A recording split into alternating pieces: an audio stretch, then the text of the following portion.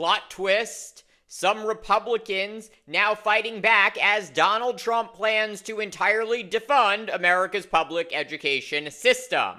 Will Democrats join with them to ensure all of America's children have an equal shot at success? Welcome to the No Spin Zone. Graphs Grievances starts right now.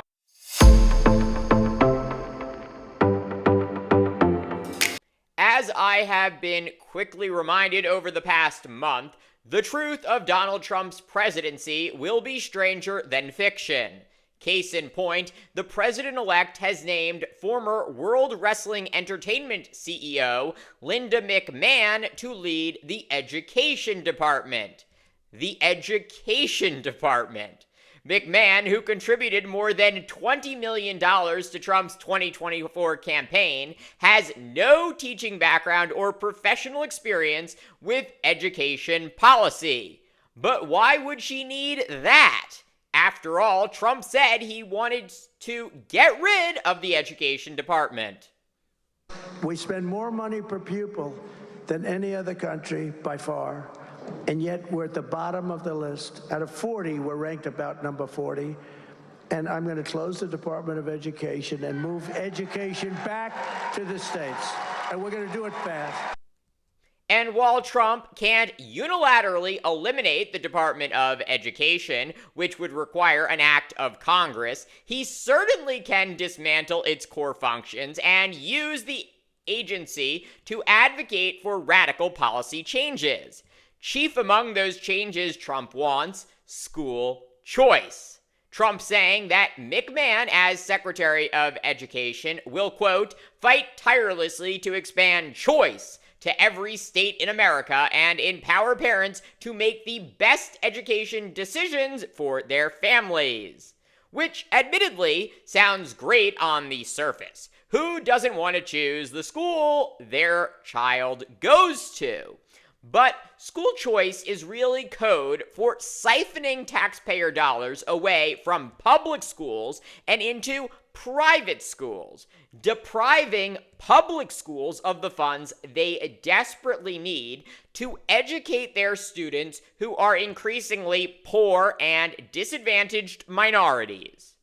And look, I'm of the belief that if you want to send your child to private school or religious school or a charter school, you are absolutely within your right to do that.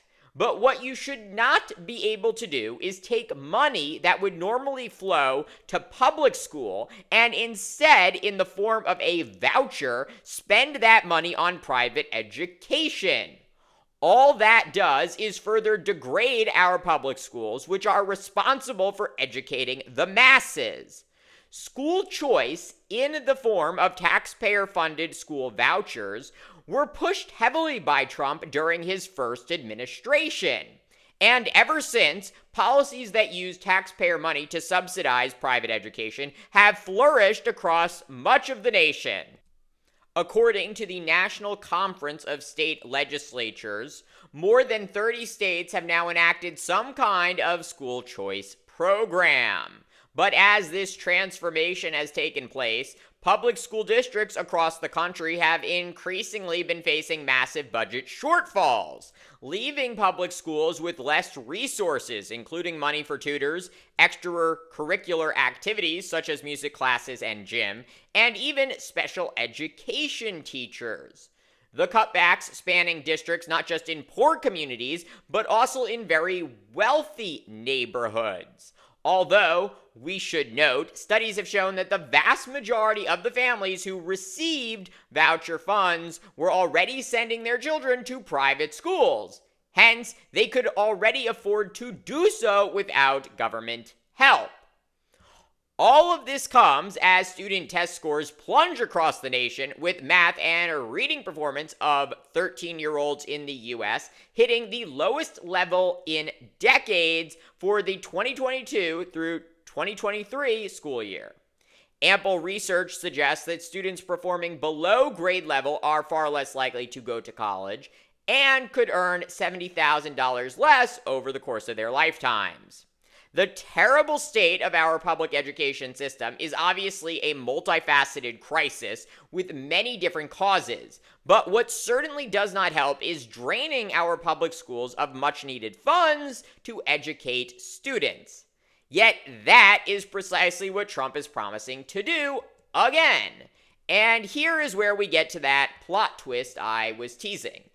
On election day, Republican voters in 3 largely rural states all voting against proposals that would have pumped hundreds of millions of taxpayer dollars into private education. In Nebraska, which voted for Trump 60% to 40% for Vice President Kamala Harris, 57% also voted against a proposal to give low-income families tax credit scholarships to pay for private schools. And maybe Nebraskans just don't want to help poor people, but the measure was in line with Trump's position on schools. Meanwhile, in Kentucky, which Trump won by a 31-point margin over Harris, 65% to 34%, 65% of voters also defeating a proposed amendment to the state's constitution that would have diverted taxpayer dollars to private schools. In short, Kentucky voters love Trump, but not sending tax money to parochial schools.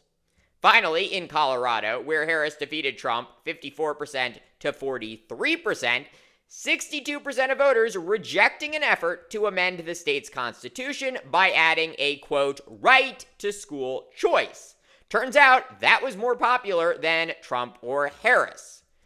According to Bloomberg, concerns of rural Republicans have also stymied school choice expansion efforts in states like Georgia, Idaho, Virginia, and Texas.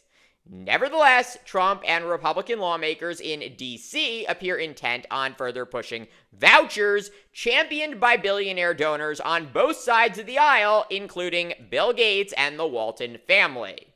Just last month, a federal school choice bill advanced to the House floor, yet it remains unclear whether Republicans have the votes to get it passed in the lower chamber. There are undoubtedly significant problems with America's K-12 public schools. Anyone who denies that is not paying attention. But defunding the system that democratizes access to education for all is not the answer. Republicans and Democrats should work together to improve America's public schools.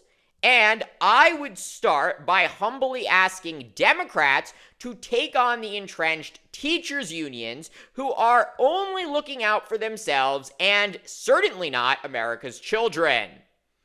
Thank you for watching Graph's Grievances. Let me know what you think. Please like, subscribe, share, and join me in the next one.